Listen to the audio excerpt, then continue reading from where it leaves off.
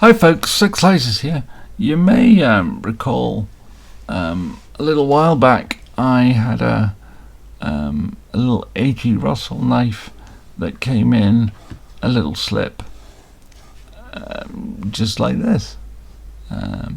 Now, A.G. Russell, as you may know, was an American knife maker and knife designer, and generally speaking, he made a small number of custom knives in America, but most of his knives he designed and then had them built wherever he could find, a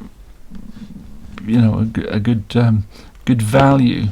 But actually, his most important criteria when selecting where to make the knives was how well they were made. And so, for a part of his time, unfortunately, he's not with us anymore. He died quite recently, actually. He was making his knives in Japan. That's because in Japan you could get really good quality work for then quite a good price. Because things out of Japan these days are no longer cheap. The likes of Moki and the Spyderco knives and things like that are all very, very high quality, but they're not cheap. Now, this wasn't cheap either, funnily enough. He made this little pocket knife in 3 different versions. So one was abalone. The abalone was abalone, a stripe of mother of pearl and abalone, and I showed one of those quite recently. It's in my display case now on the there's a mother of pearl shelf, although I think I'm going to replace it with this one, because this one is mother of pearl. It's black lip mother of pearl. So he did the abalone, the mother of pearl, and he also did one that was just plain titanium. The handles on this are all made of titanium, so although it looks like a little sort of keychain knife, not that it has a ring for putting on your keychain, it's a lovely little lockback. It's a Japanese made in Seki City. Carries the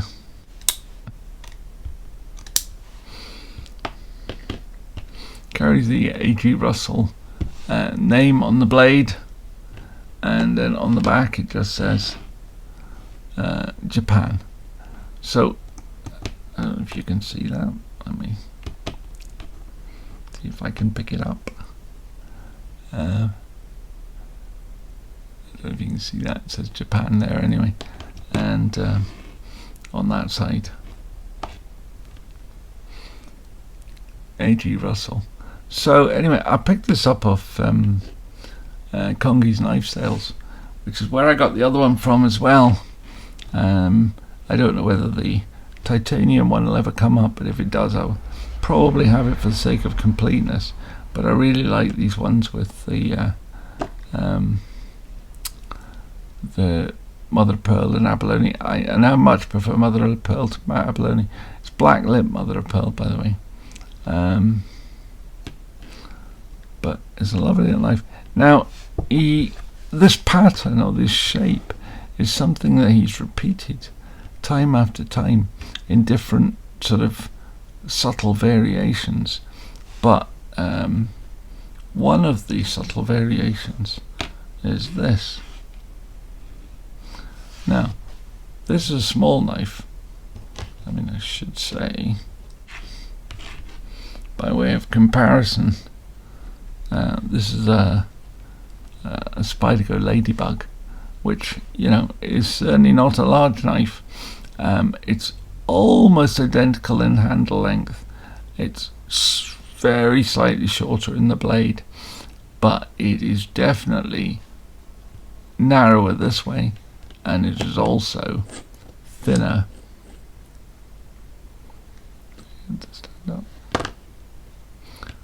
Let's see if I can get these to stand up. You never know. It is very definitely thinner that way. So this is a small knife. I like small knives, so I don't have a problem with that. But this one, on the other hand, is tiny. It's starting to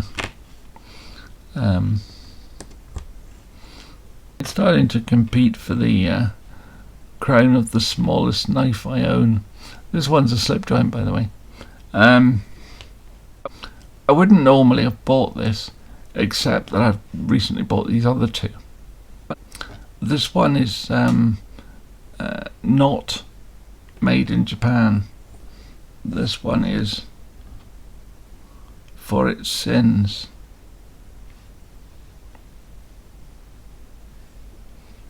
If you'll be able to get that.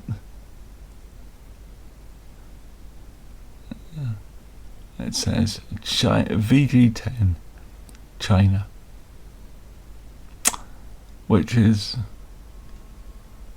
it's a little bit of a shame, but in terms of price, you could get almost 3 of these for the price of one of those. So yeah, maybe there's something to be said for having your knives made in China. This is certainly very, very small.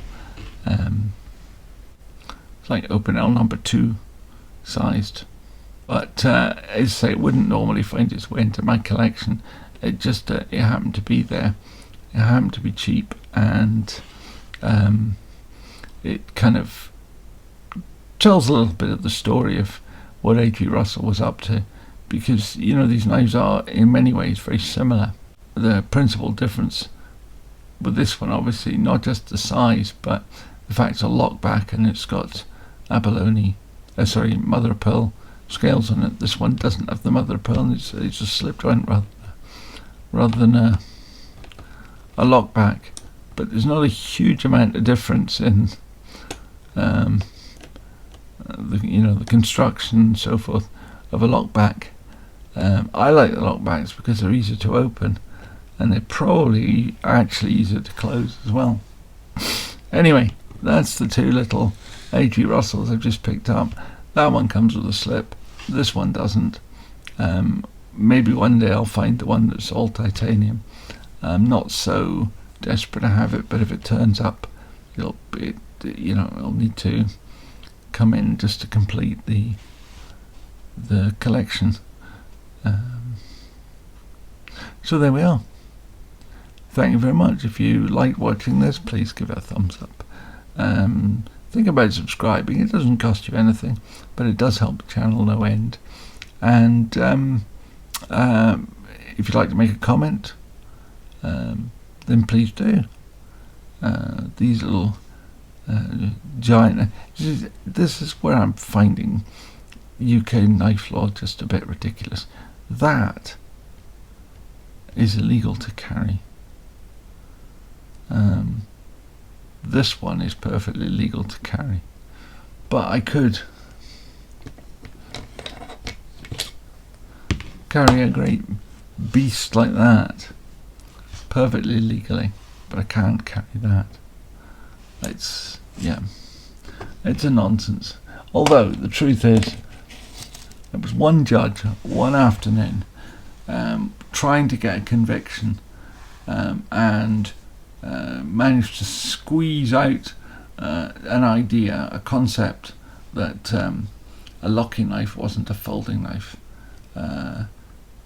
Ridiculous, but it suited everybody, so he could get his conviction of somebody who was carrying a locking pocket knife. So anyway, there we go. That's the vagaries of the British system.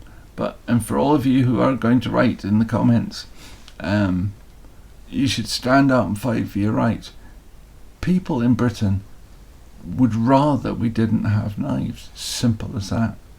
There is no lobby for it, and those of us who are interested are hugely in the minority. Hugely. So anyway, there we are. Thank you for watching. See you all again next time. Bye.